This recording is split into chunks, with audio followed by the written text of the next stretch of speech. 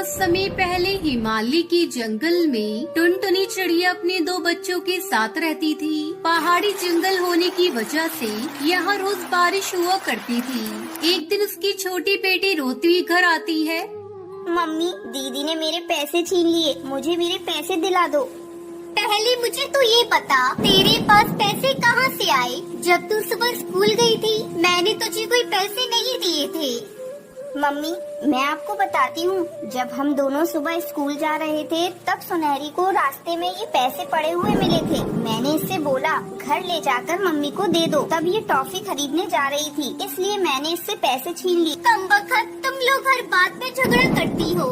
आगे से जब भी तुम लोगों को रास्ते में पैसे पड़े हुए मिले तो उससे किसी भिखारी को दे देना। ठीक है मम्मी। चलो अब तुम दोनों लड़ाई झगड़ा छोड़ो और चलकर भोजन कर लो। टुनटुनी चिड़िया अपनी दोनों बेटियों को रोटी और नमक खाने को देती है। मम्मी, मुझे ये रोटी और नमक नहीं खाना, मुझे सब्जी दो, तब मैं रोटी खाऊंगी। कहाँ से तेरे लिए सब्जी लाऊं? मेरे पास सब्जी खरीदने के लिए पैसे नहीं है। खाना है तो खाओ, नहीं तो तुझे ये भी खाने को नहीं मिलेगा।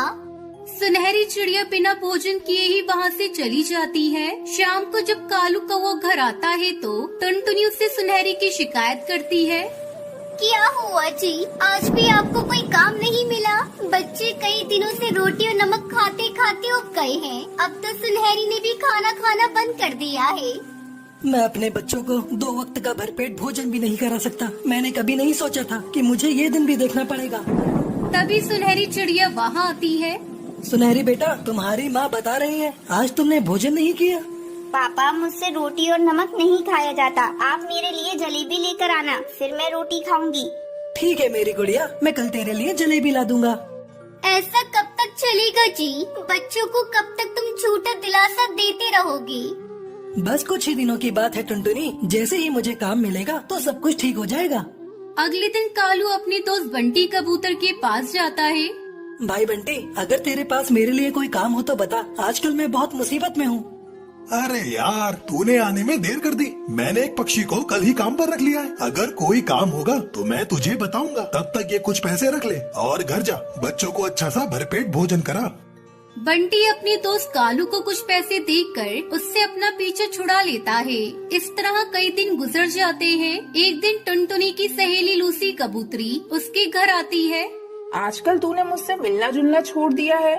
अरे लूसी, क्या बताऊं, मैं बहुत परेशान हूँ। कालू जी को कहीं भी काम नहीं मिल रहा है। घर पर हमें नमक रोटी खानी पड़ रही है। बच्चे भी अब उसे खा खा कर उब गए हैं।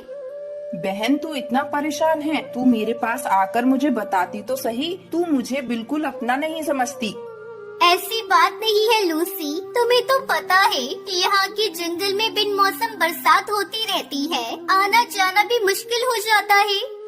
तो फिर ये ले बरसाती अंगूर। मैंने अंगूर की खेती शुरू की है, सोचा इसी बहाने तुझसे मिल भी लूंगी और अंगूर भी दे दूंगी। मैं तो कहती हूँ तू भी अंगूर की खेती करना शुरू कर दे, बहुत प्रॉफिट है इसमें। और तो और इसमें खेत की भी कोई जरूरत नहीं। तुम अपने पेड़ के नीचे खाली पड़ी जमीन में इसके बीज दबा देना और कुछ ही दिनों में इसकी बेल तुम्हारे पेड़ से लिपट जाएगी और तू जी भर कर अंगूर खाना। और बाजार में इसकी बहुत डिमांड है। टुनटुनी अपनी सहेली लूसी की बातों को मानकर अंगूर की खेती करना शुरू करती है। जल्दी उसके अंगूर तैयार हो जाते हैं। फिर टुनटुनी और कालू अंगूर तोड़कर बाजार में अच्छे दाम पर बेच देते हैं। अपनी पहली कमाई को देखकर टुनटुनी की आंखों में आंसू आ जाते हैं। देख रही हो जी, अंगूर की पहली फसल बेचकर हमें कितनी अच्छी कमाई हुई है। अपने गरीबी के दिन कट गए। हमारे बच्चों को रोटी और नमक खाना नहीं पड़ेगा। रामपुर गांव में एक छोटा सा जंगल था। उस जंगल में टुनटुनी चिड़िया अपनी मौसी बबली कबूतरी के साथ रहती थी, क्योंकि बचपन में ही टुनटुनी के माँ बाप की मौत हो गई थी। धीरे धीरे टुनटुनी बड़ी हो गई। उसकी दोस्ती बंटी कबूतर से थी। वो दोनों एक दूसरे को प्यार करते थे। एक दिन बबली कबूतरी उन दोनों को रंगे हाथ पकड़ लेती है। अरे करमजली, इसी दिन के लिए मैंने तुझे पाल पोस कर बड़ा किया था। अच्छा होता अगर तू भी अपने माँ बाप के साथ मर गई होती, कम से कम मुझे ये दिन तो नहीं देखना पड़ता। आने दे तेरे मौसा जी को, मैं आज ही उनसे कहती हूँ तेरे लिए कोई रिश्ता देखने को। हम जल्द ही तेरी शादी करके तुझे ससुराल विदा कर देंगे। तेरा क्या, अगर किसी दिन तू इस लफंगे बंटी के साथ भाग गई तो मेरी नाक कट जाएगी। आज के बाद से तेरा घर से बाहर निकलना बंद। मौसी, मेरे साथ ऐसा जुल्म मत करो। बंटी के बिना मैं मर जाऊंगी। हम दोनों एक दूसरे से बहुत प्यार करते हैं। बबली कबूतरी टुनटुनी की एक नहीं सुनती और उसे घोंसले में बंद कर देती है। इस घटना के कुछ ही दिनों बाद टुनटुनी की शादी एक गरीब परिवार में हो जाती है। उसका पति कालू कौआ मजदूरी करता था। टुनटुनी से अपनी किस्मत समझकर ससुराल में खुशी खुशी रहने लगती है। एक दिन उसकी सास टूनी चिड़िया उसके पास आती है। अरे बहू, अपने सारे गहने मुझे दे दे। इसे बेचकर मैं तेरी नंद की शादी करूंगी। लेकिन माँ जी, ये गहने तो मेरी माँ की निशानी है। इन्हें मैं आपको नहीं दूंगी। बस बहू, आज तो तूने जुबान चला ली, आगे से मत चलाना। चुपचाप जितना कहा है उतना करो, नहीं तो आज ही मैं तुझे काट कर फेंक दूंगी। किसी को पता भी नहीं चलेगा। डर के मारे टुनटुनी अपने सारे गहने अपनी सास को दे देती है। इस तरह कई महीने गुजर जाते हैं और टुनटुनी 2 बेटियों की माँ बन जाती है। एक दिन वो अपने पति से कहती है, सुनो जी, मुझसे घर का काम अकेले नहीं होता।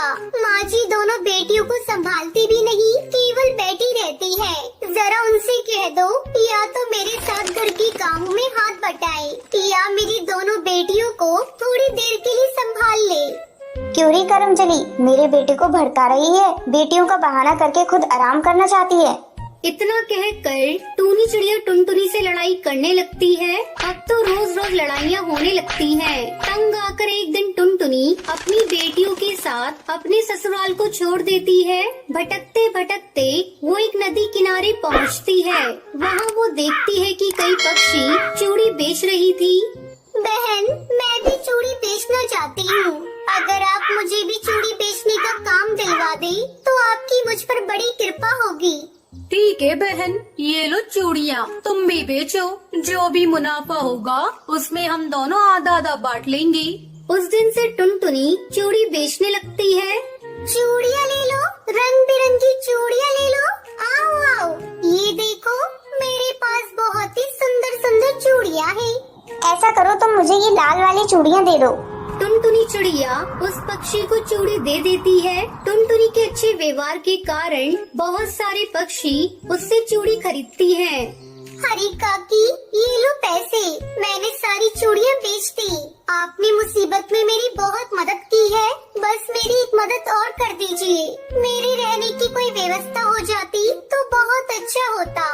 बस इतनी सी बात, तो चल मेरे साथ, आज से हम सब एक साथ रहेंगे। आपका बहुत बहुत धन्यवाद हरी काकी, जो आपने हमारी इतनी मदद की। इस बेरहम दुनिया में कोई किसी की इतनी मदद नहीं करता। उस दिन के बाद से टुनटुनी चिड़िया अपनी बेटियों के साथ हरी काकी के घर में खुशी खुशी रहने लगती है। शिमला के जंगल में टुनटुनी चिड़िया अपनी सास सुंदरी कौवी के साथ रहती थी। एक दिन वो अपनी सास से कहती है, माँ जी, रानी के पापा को गुजरे 6 महीने हो गए। जैसे तैसे मैंने इतने दिनों तक घर का खर्चा चलाया। अब घर चलाना बहुत मुश्किल हो रहा है। अरे करमजली, मेरे घर की ये दुर्दशा तेरे ही कारण हुई है। ना तूने मेरे बेटे से झगड़ा किया होता और ना ही उसने जहर खाया होता। माँ जी, किस घर में पति पत्नी का झगड़ा नहीं होता? मुझे क्या पता था कि वो जहर खा लेंगे। मेरी बेटी भूख से तड़प रही है। कई दिनों से मैंने उसे एक समय का ही खाना दिया है। उन्होंने मरने से पहले मेरे और मेरी बच्ची के बारे में जरा भी नहीं सोचा। आप कहीं तो मैं जाकर कहीं काम कर लूं। कुलक्षणी, मेरे बेटे को खाकर तेरा पेट नहीं भरा, अब नाते रिश्तेदारों में भी मेरी नाक कटवाना चाहती है। तू अगर काम करने बाहर जाएगी तो मेरे रिश्तेदार क्या कहेंगे? आज तक हमारे घर की किसी बहू ने घर से बाहर निकलकर कभी काम नहीं किया। माँ जी, आपको अपने रिश्तेदारों की फिक्र है, पर अपनी पोती की नहीं। मुझसे मेरी बेटी की भूख देखी नहीं जा रही है। मैं कल से खेत में काम करने जाऊंगी। आप रानी बेटी का ध्यान रख लेना। कैसे करेगी तू खेती? कभी तूने खेत में काम किया है? माँ जी अब चिंता मत करिए, धीरे धीरे मैं सब सीख जाऊंगी। टुनटुनी अपने खेत में जाकर काम करने लगती है। तभी साधु महाराज वहाँ आते हैं।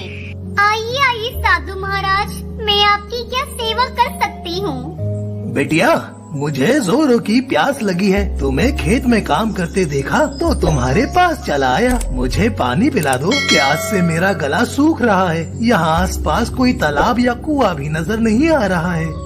बाबा, मैं अभी आपको पानी देती हूँ, ये लीजिए। मेरे पास ये सूखी रोटी है, इसे खाकर आप पानी पी लीजिए। मेरी माँ कहती थी कभी खाली पेट पानी नहीं पीना चाहिए। वो साधु रोटी खाकर पानी पी लेता है। बिटिया, तूने मेरी प्यास बुझाई है। मैं तुम्हें कुछ देना चाहता हूँ। ये लो केले के बीज, इन्हें अपने खेत में बो देना। भगवान तुम्हारा भला करेंगे। इतना कहकर वो साधु वहाँ से चला जाता है। उसके जाते ही बबली कबूतरी टुनटुनी चिड़िया के पास आती है। अरे टुनटुनी बहू, ये साधु तुमसे क्या बातें कर रहा था? इन साधुओं पर ज्यादा भरोसा मत करना, मूर्ख बनाकर कुछ लूट लेते हैं। ऐसी कोई बात नहीं काकी, बाबा को प्यास लगी थी इसलिए पानी पीने आए थे। जाते जाते उन्होंने मुझे केले के बीज दिए हैं। टुनटुनी बहू, तू भी कहाँ इस खेती के चक्कर में पड़ रही है? ऐसा कर, तू अपना खेत मुझे किराए पर दे दे। मैं हर महीने तुझे तेरे खेत का किराया घर पर पहुँचा दूंगी। नहीं काकी, इस खेत पर मेरे पति खेती किया करते थे, अब मैं खेती करूंगी। जैसी तेरी मर्जी, मैं तो तेरी भलाई के लिए ही कह रही थी। अच्छा, अब मैं चलती हूँ।